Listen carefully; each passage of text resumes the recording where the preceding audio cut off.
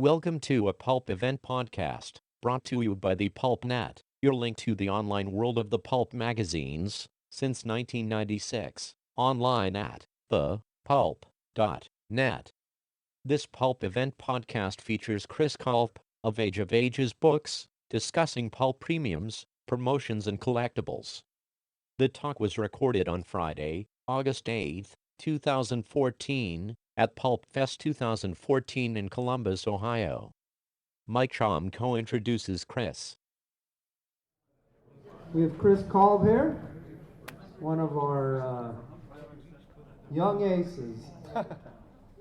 Publisher with his brother and publisher emeritus Bill Mann of Age and Aces Books. His brother's name is David.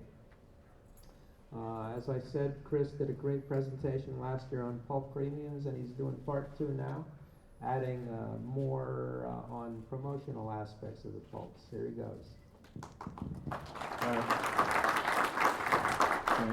Thank you. Last year I did, I guess this is weird. Last year I did a talk on Pulp Premiums, and the focus was exclusively on the hero pulps, in celebration of so many heroes that had started in 1933. And so we're going to further that. We're going to go back and we're going to review a little bit what we did last year, very quickly, with some updates of some new discoveries. And then we're going to branch out from that and talk about more magazines that weren't hero pulps. As there's a lot out there that has not been discovered yet, so this isn't a complete presentation, and there's a lot of clubs that don't have images, and this is a slideshow, so I just have to go with what we have images of to show you guys. And then we're going to move on from that and look at radio premiums, movie premiums, and hopefully if there's time, promotional, like publicity for the pulps, the movies, and radio, and some other stuff. Okay, sorry, I'm a little nervous. Anyway, we talked about the pulp premiums. Premiums, I'm making a distinction here. The pulp premiums are really giveaways or let's say it was like a nominal fee that the magazines offered exclusively to the readers, of their pulp, really to make them fans. And I think that's how I come at this. Is I love this stuff because I always think when I'm reading a pulp, like, what was it like to be a fan back then? And we have PulpFest, but back then they had clubs in the back of the magazine. They had pen pals. They had all these different things. They had spider rings. They had Nick Carter badges. They had Doc Savage pins. So I'm just going to quickly go through some of the hero stuff that we looked at last time. We also talked about how destructive the pulp premiums can be to your collection. Many times you see these coupons that have been cut out, or in the case of a lot of thrilling magazines, the name strip has been ripped off the cover because you had to send that in to get the badge. Sometimes it hits the story. Here it's the beginning of the story, so you can probably catch up. It'll be okay. The big one and the first one was the Shadow badge. And we're going to look at there's 4 Street and Smith characters: Doc Savage, the Shadow, which we just saw, Nick Carter, and Pete Rice. And they actually had very similar offerings. Street and Smith seemed to make one decision and then kind of go with it. So a lot of these club kits, you get the badge. The badge would come on a card. You can see down here that this is a Pete Rice badge on a card. So Pete Rice was unusual because there was actually a little membership card that you could cut off, and then that became your membership card. They also gave you a pulp cover in there. Doc Savage was unusual because you got a separate membership card, or actually it's not a membership card, it's the Code of Doc Savage card. And if you can read that, well, you all know the Doc Savage code. And the back is beautiful. I love this illustration, particularly when you blow it up. It's obviously about 2 inches tall normally. So following that, a lot of these pulps got offered stamps, or stampers, I guess we'll call it. The Shadow, Doc Savage, Nick Carter, Pete Rice all had stampers. It was usually the club logo with the word member above or below. Then the Shadow and Doc Savage offered portraits. The Shadow portrait was a photograph. The Doc Savage portrait was from the cover of the magazine, Quest of Qui, and later on they did the Sea Angel. And you had to collect 3 coupons in a row over the course of a year, and you would, or they offered the coupons for about a year, and you could get one of these awesome things. And if you saved it for 80 years, it'd be really valuable. Which brings us to the Doc Savage Award, which was a really special premium because it wasn't something you could get for yourself. It was something that you would award to somebody else, and you would actually have to fill out an application where you get like 7 people to testify that this person is an awesome person, and they deserve the Doc Savage Award. And it's funny because they start with this, and then if you keep reading Doc Savage magazine, they end up just saying, you know what, just write us a letter and tell us how great this person is, and we'll look into it. Like it became too much of a hassle, I think, to actually do this. So actually, this application form is way more valuable than the actual award, because this lasted much less long, and of course it's paper and doesn't last quite so much. Now last year, I think I had some breaking news from 1942, which was the Doc Savage Certificate of Honor, and this is the issue that actually announced it. You can all read that, right? This was something that after the award had been around for a while, they decided to offer the Certificate of Honor, which is something that you could award to yourself if you had followed the Doc Savage Code, which you all know, for 60 days. Now, no one has ever seen this certificate. I assume people were getting awarded it. I mean, I assume they were getting it. But, and so it's the most underreported Pulp Premium, I think, that's out there, because again, nobody's seen it. We're gonna see a lot of things where I just show you a coupon instead of the actual thing, because no one's found the actual thing yet. And a lot of the research just comes from reading the pulps. And, but what's great about it, so what I found this year was in the Doc Savage comic, there was actually a 2-page story called Jimmy Earns His Certificate of Honor. And this is an artist's rendering of the Certificate of Honor. And so we might know what it looks like. This might be it. If you've seen this certificate, let me know. So this is he does all these good deeds and blah, blah, blah. And then he finally gets the certificate in the mail. He looks a little angry about it. But what's funny, though, is when you get to the end of the story, it's really just an ad for Doc Savage magazine. It tells you to get the certificate, you have to read Doc Savage magazine and send in the order form that I showed you from Doc Savage magazine. So it's really just a 2-page ad for Doc Savage magazine. But at least it gives us sort of a clue to what the certificate might have looked like. And since the certificate started being offered in April, this is from September, so I assume that this drawing is actually based on reality, and there may have been a little seal on it. But again, nobody's really seen it. Chris? Yeah. Did more children want to get the gold Doc Savage Award, or did they go with the Certificate of Honor? It says you have a choice there. Well, when you read Doc Savage magazine, you'll find out, I don't know if it's clear here, that you can't get this to yourself. You'd have to get a friend to nominate you to get that, right? This is the easy thing to get. This is hard. Oh, I have another slide where you can actually read all this. Okay. Get the current issue of Doc Savage magazine, you get it. So we still don't have a good picture of the top Nick Carter fingerprint kit. As you can see, that's the best we've got. But that was the extra thing that Nick Carter had, was a fingerprint kit. Bill Barnes is another Street Smith character. He's a total outlier. But we've got some interesting updates with Bill Barnes. I actually found the membership certificate that they gave out. I've never seen this until this year, and the envelope as well that it came in. So this is what you got with the badge. It's a certificate. I'm not sure about the typography, but it's It's awesome. And Rick Hall, who does even more research on this stuff than I do, he found an alternate sculpt of the Air Adventures, this is the Bill Barnes badge, where it looks a lot cheaper. It looks like it's sort of stamped into the shape of that. And so it's interesting. I mean, I think both of us theorize that this is probably a later, cheaper, easier to produce version.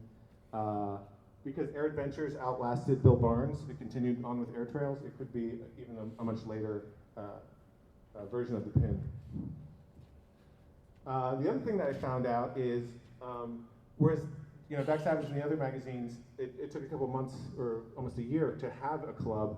Bill Barnes started the first issue with the club, except that it wasn't Air Adventures Club, it was the Flying Falcons for about 3 issues, and then they changed their name. And I'm not sure why, but you can see, and this is the issue turned sideways. They actually published what the certificate looked like. And and you can see the similarity with what I showed 2 slides earlier. So it's definitely, I don't know why they changed names. It's interesting.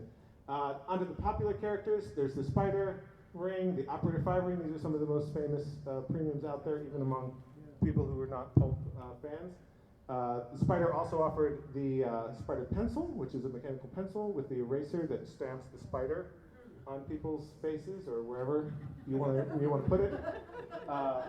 In the actual pulps, of course, the Spider uses a secret compartment in his cigarette lighter.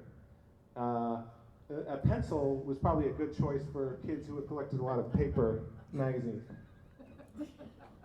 G8 had 2 clubs. I'm sorry if you've all seen this last year, but I'm just going to get through this. The G8 has 2 clubs.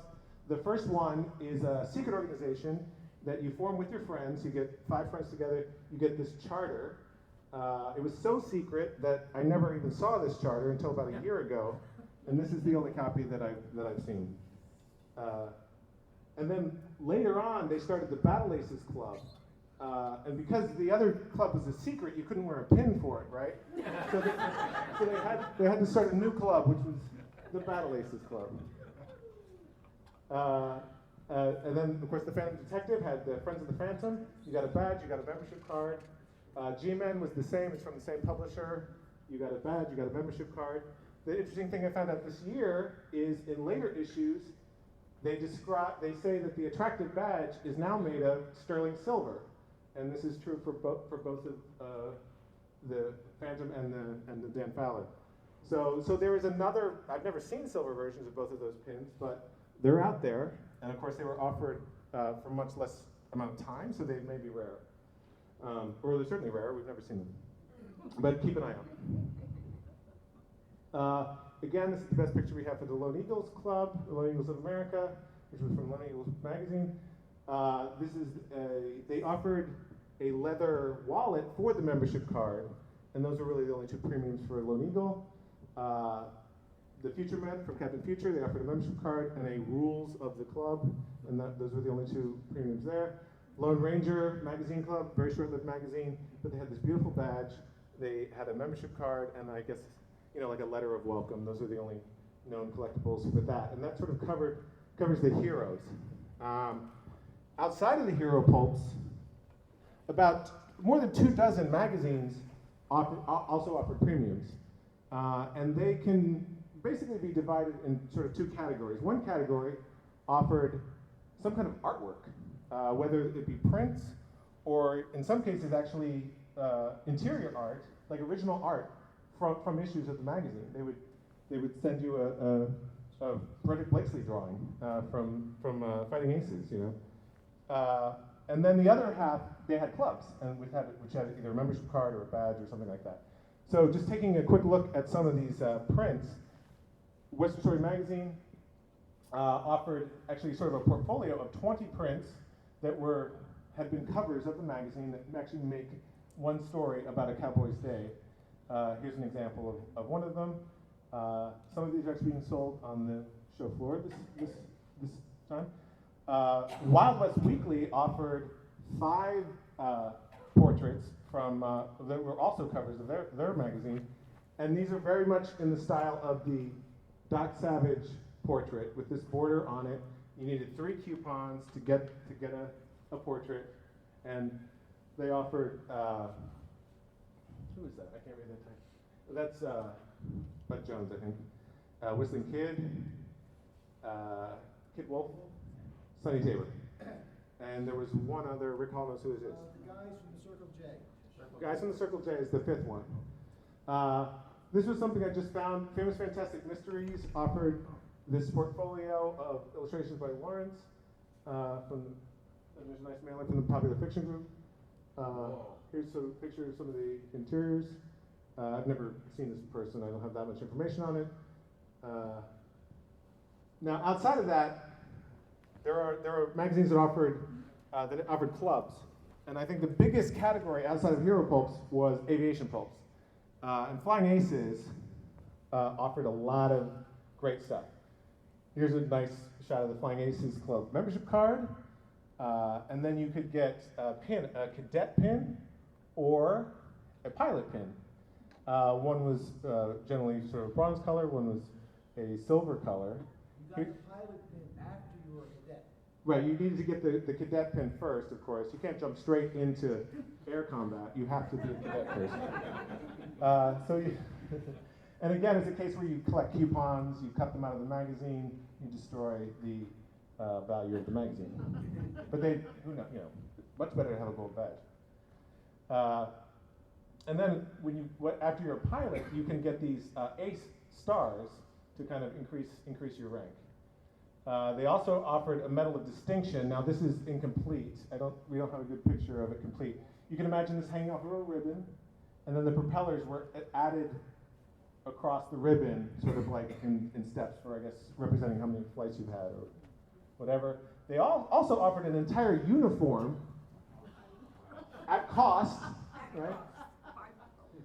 And it actually had the emblem of the Flying Aces Club on the hat and on the jacket. And you have to send it out in a whole measurement thing. I've never seen this in real life. Eventually they changed the design of their badge. This became the pilot badge later, the sort of more squarish logo. This is a cadet badge. And then of course they also had to change the membership card because it included the logo on it. Also during this period, they offered a bracelet, much like a sweetheart bracelet. Now these are two things I've never seen, so I'm just showing you the ad. Stationery, which is awesome. You've all asked for it. Here it is. And a pennant. Every FAC wants a pennant. Paper pennants you would hang from the wall of your clubhouse. Yeah, you can get 6 of them for 10 cents. So yeah, perfect for your squadron. You need 18 members to get a squadron, and then you can get a charter from the magazine. So a charter, which is like a certificate, I guess, would be another collectible premium that we have not actually seen an example of. So other aviation pulps also had clubs and badges or membership cards or whatever. I don't have pictures of them, so I'm just going to show you coupons. Here we go. The Airmen of America was attached to the Skyfighters, and because this was the same publisher as Lone Eagle, they offered the same things as Lone Eagle. You had a membership card, and you had a little wallet, aviator's wallet, with a imprint of the logo of the club. Air Trails, before it went away and became Bill Barnes later, had a club called Birdmen, not Birdmen Club, just Birdmen. And there was a badge, which they didn't show a picture of. It's just described as blue and gold, and a membership card. But they had this I belong in blank class. They had 3 classes. Class A was you've actually been up in the air. Or you're a pilot. Class B is you've been up in the air. You've taken an air flight. And class C is I've never been up in the air, but I really, really want to someday. And so you said like you're interested in aviation, and this is the level I'm at. Now to be a warbird from Warbirds magazine, it was tougher. You actually had to pass an exam, but helpfully, the premium was a little pamphlet that you would study to pass the exam. And then but then you still have to enclose 15 cents for your wings. After all that trouble. Those are the aviation folks that we know about. This is from Ranch Romances. You may recognize the brand. Although, what's great about this pin, and there's a couple others you'll see, it doesn't say Ranch Romances on it. So on eBay, pro tip, you have to search for Trails End Club, or Where Wanderers Meet, or RR. Some people may not realize that this is a Ranch Romances pin. Ranch Romances also offered a bracelet, which is beautiful, sort of basically the pin, although it's in silver, with a really nice bracelet. And this clasp is lovely. They also had a Trails End Club directory of people, and it's sort of like a list of pen pals, but you have to send your letter to Ranch Romances unsealed, so they could read it, make sure it's okay, and then they would send it on. Another club is the Science Fiction League. That's the pin. This is, of course, from Thrilling Wonder Stories and Wonder Stories magazine. This is actually Frederick Pohl's certificate of membership. And they also offered stationery for member correspondence, and it looks official, and it lists everybody on the side there. It's pretty cool. The Hollow Tree Gang, this is from Western Story magazine. Again, it's another premium that doesn't say Western Story magazine on it, so you'd have to search under Hollow Tree Gang. It's often mistaken for a radio premium because WSM looks like radio call numbers. This is a tree. There's kind of a hollow in it, and that's an owl. It's pretty. It's really nice. The blue enamel is awesome. This is the membership card for the Globetrotters Club, which is from Thrilling Adventures magazine. Doug Ellis has this. I took this off of your Facebook because it was so awesome. And he also has the Weird Tales Club card, which is also really neat. I don't know how you would sign that in white or what. I mean, at the time, now we have weird white markers, but at the time, not so much. So this is an outlier. This is not from a club, and this is not a piece of art. It's a ring that's not attached to any kind of club, but it's from Dime Western magazine, and it's sort of in the vein of the Operator 5 and Spider ring, and probably offered around the same time. I think this is 1937. And it's probably made by Uncas, probably made by the same people. The problem is, again, it's just a longhorn ring. There's nothing that actually sort of ties it to Dime Western magazine, and so I've never seen it. I've never seen it listed as a Dime Western magazine premium. It's probably going to be hard to find for collectors. Didn't Star Western offer the same premium? I don't know. That would be great. I'll look into that. You just got to have the issues to find out. Yeah, exactly. Yeah, we just need everybody in the audience to look through your pulp magazines, and in the back, the stuff that you don't normally read that, and let me or Rick Hall know if there's something in there that you haven't seen in one of these events. So now we're going to move on from premiums to the other things that the fans got, which was merchandise in stores. And a lot of these, of course, advertised in the magazine, but just not, and you could send for it from the magazine, but it's not a premium in the sense that you could also buy it at the newsstand or you could buy it in the store. The first thing that was offered were hardcover books of the Shadow and Doc Savage novels. So in May 1935, this ad came out for The Living Shadow by Maxwell Grant, obviously, and this would be at the newsstand. And then for every month, they put out a book alternating Doc Savage and The Shadow. So they followed up with The Men of Bronze and ended up doing Land of Terror, Quest of the Spider. There's all the Shadow books. And there's the second ad. That's the second ad for Eyes of the Shadow. They also did ads with the two characters together. And of course, you rarely see Doc Savage and Shadow together at the time, so this is kind of cool. Get both of those. This is when there was 3 books. Now this, by the end of the year, by the end of 35, they made this Christmas offer, which is the greatest Christmas offer ever made, if you believe the type.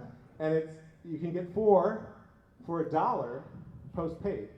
So it's actually not much of a savings, except maybe the post-paid part. But anyway, what's intriguing about this for me is it says Detective and Adventure Masterpieces in neat gift box.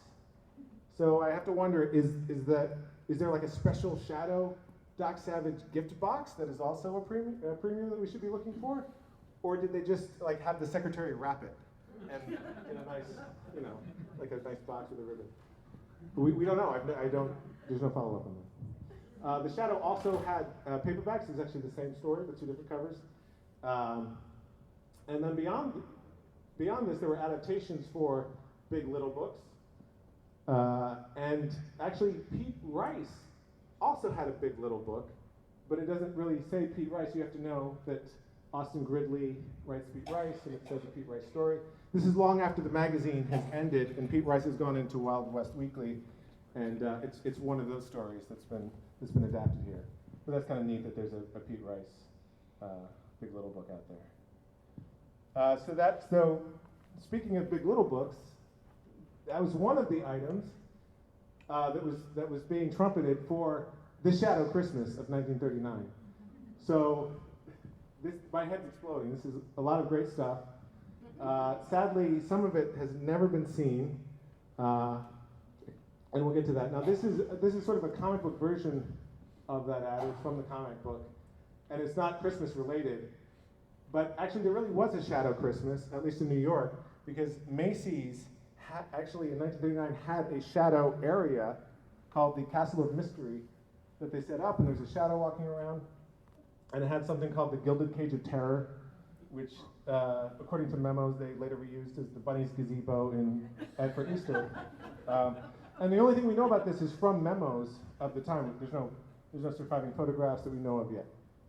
But the Shadow board game is something that has been seen a lot, and is awesome and colorful. And actually, in that same issue of the Shadow Christmas, this was offered, in a sense, as a premium, free, with 1-year subscription to the Shadow magazine. So you could have gotten it free. The Shadow stationery was also part of the Shadow Christmas. This awesome but really creepy Shadow mask was part of it. And also the Shadow hat and cape. And there's 2. We'll see the blue coal version later. And this is the hat and cape box, which you rarely see. And I have to give a shout out, of course, to Dwight Furo, who lent me all these pictures and all this great research about the Shadow Christmas. He's awesome. He has an amazing collection. And seriously, if you have a rare Shadow item, he'll pay top dollar. Talk to him. He's a great guy, and he really preserves this stuff really well. So an item that we haven't seen, or even I don't think even pieces of this have shown up, is this disguise kit. But it looks awesome. I love this mustache, this really long mustache. The box art looks amazing. And these are ads from a sort of a promotional book that Dwight has, that Street and Smith did, combining all their sort of ad slicks and things. There's this awesome, but actually kind of Western looking, gun and holster, although that is, I think, a Shadow Club symbol there. Moving away from the Shadow Christmas, other items was this sheet music for the Shadow Knows song. If I'd had more time to prepare, I could be singing it right now for you. This is a really weird one, but it's a gum, and it's a gum wrapper that has an ad for blue coal on it, or it's blue coal flavored gum, or it's not. It was on a field trip near the coal mines of Wilkes-Barre. Maybe it's cold and hot. So, also in the pulps, you would find ads for the Nick Carter fingerprint set. Now, we saw the fingerprint kit. That was a premium that you sent away for, made by the same company as the fingerprint set. This is something that you could actually buy in stores or send away to Nick Carter magazine for 50 cents. And it's pretty awesome. It's got this beautiful two-color artwork. It's got all this stuff in it. It's got Nick Carter on the directions. Well, it's got a roller, it's got the powder, it's really cool. And then fingerprint record forms. And then, of course, ads for Street and Smith magazine.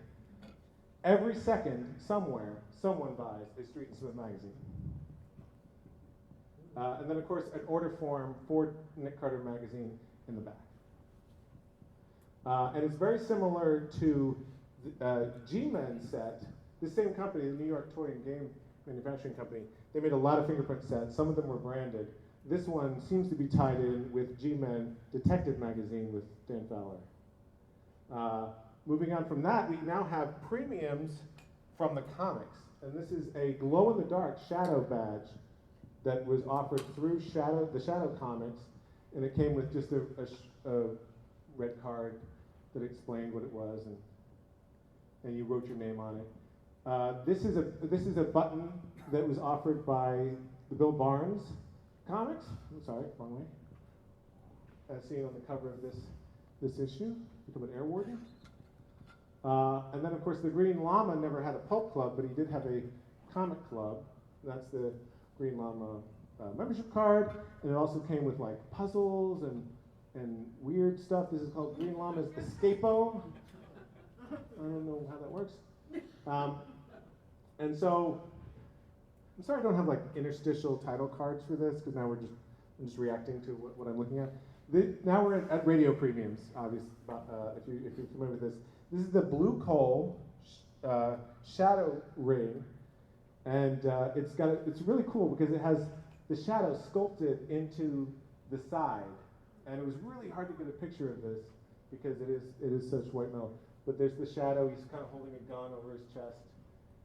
Here's a little bit more relief. You can kind of see it, the hat, the eyes, the mask, the gun. And of course, what's the best about it is that it glows in the dark.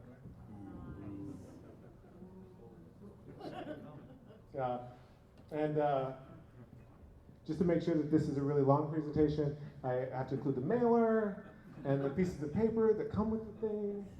But this is actually, you could actually order more of these on the back side of that. Another radio premium was the Hypno coin. I'm not sure how that works. Hopefully it came with directions. They also offered a portrait, which is nice. And they had their own shadow cape that they offered, a different logo. The other one had more of a Shadow Club style logo without the words of the club. This one has the Shadow Blue Coal and sort of the script that you see on a lot of blotters. Carrie Salt, when they were a sponsor of the Shadow, offered their own ring. Moving on, the Spider did have a radio show apparently in St. Louis, maybe only briefly, but and they were sponsored by Tasty Lax, and they offered a Spider ring if you got this direction slip from an extra large box of Tasty Lax. Yeah, I can't add anything to this.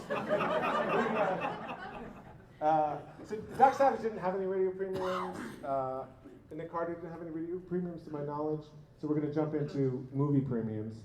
The Shadow Movie Club. Only 4 of these have really ever been seen.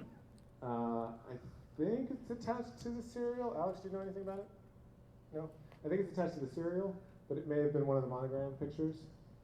The Spider had an awesome serial, and they had a lot of, they offered some interesting stuff. This is from a partial press book that I collected, and by partial I mean it actually cuts off here where it's one page and it cuts off here. But there's a wealth of information on here about the promotions and different things. And this is Spider Bay, which is the second story in the Spider-Verse of the Empire State, which is available from Age of Aces books. But this is the most interesting thing. There was a glow-in-the-dark spider ring that they offered. And also, if you read carefully, they offered a spider's web pennant, which we're actually going to see in a second. This is a blow up of the glow-in-the-dark spider ring.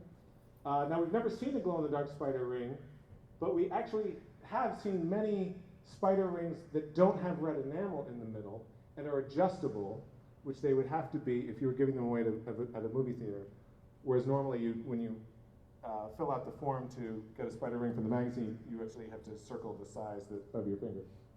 So it could be that the glow-in-the-dark, whatever flaky radioactive thing they put in there, just fell out at some point, and that explains the silver spider rings that have never been name-checked in any other instance of the movie.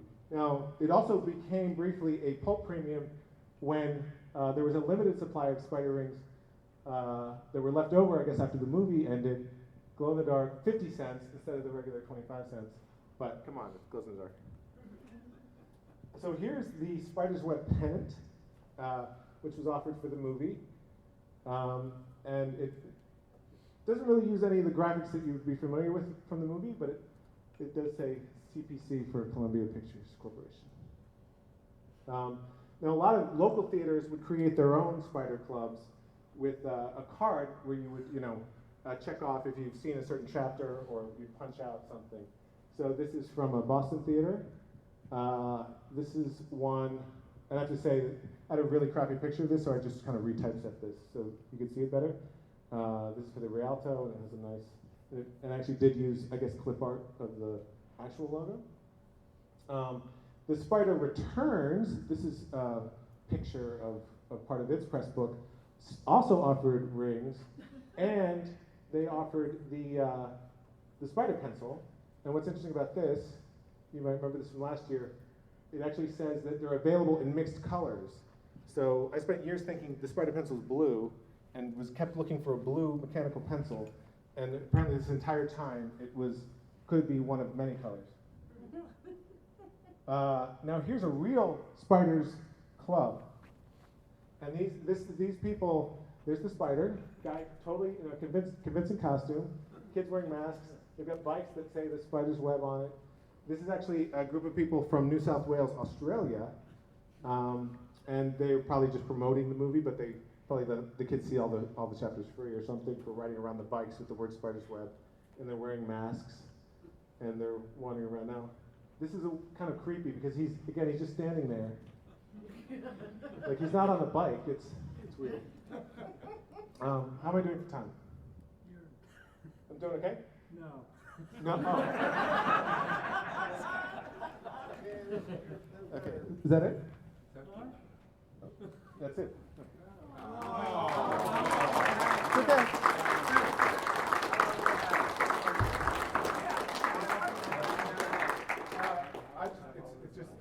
It's a bunch of like newsstand promotion things. Depends on how quick I don't have anything to say about them. Okay, while you do. Anyway, these are newsstand window cards. A lot of the styles that Street Smith did, it was something you could put a different cover in depending on the month. They did a different one for Bill Barnes. You can see how the cover changes. Doc Savage, actually this one doesn't even seem Doc Savage specific in any way. You could put anything in there. Nick Carter. Then they did these even more elaborate ones. This is twice as big, and that's the size of a pulp magazine in the middle there. So you can see how big that is. Breezy Stories and many other pulp magazines actually did this kind of thing where they would just show the cover with a kind of a wraparound card. But they also did special, one-off cards that didn't have a pulp cover on it. They actually just made a poster, made a window card. And there's a lot of them that have this awesome two-color artwork. So let's just quickly get through these. The Shadow. But Nick Carter. Nice. Bill Barnes. Pete Rice. Astounding.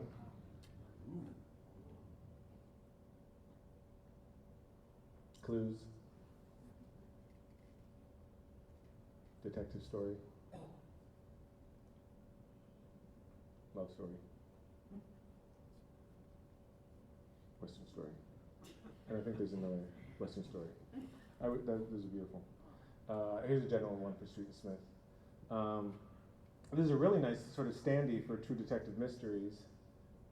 You can see it's very very specialized and it's probably pretty big, judging by the panels of wood on the floor. They also did these stickers for the major characters of Street and Smith. They're really small. Don't be fooled by the slide. And but they're awesome. Again, it's the same sort of two-color artwork. Another thing they did is they sent postcards to newsstands to promote their stuff.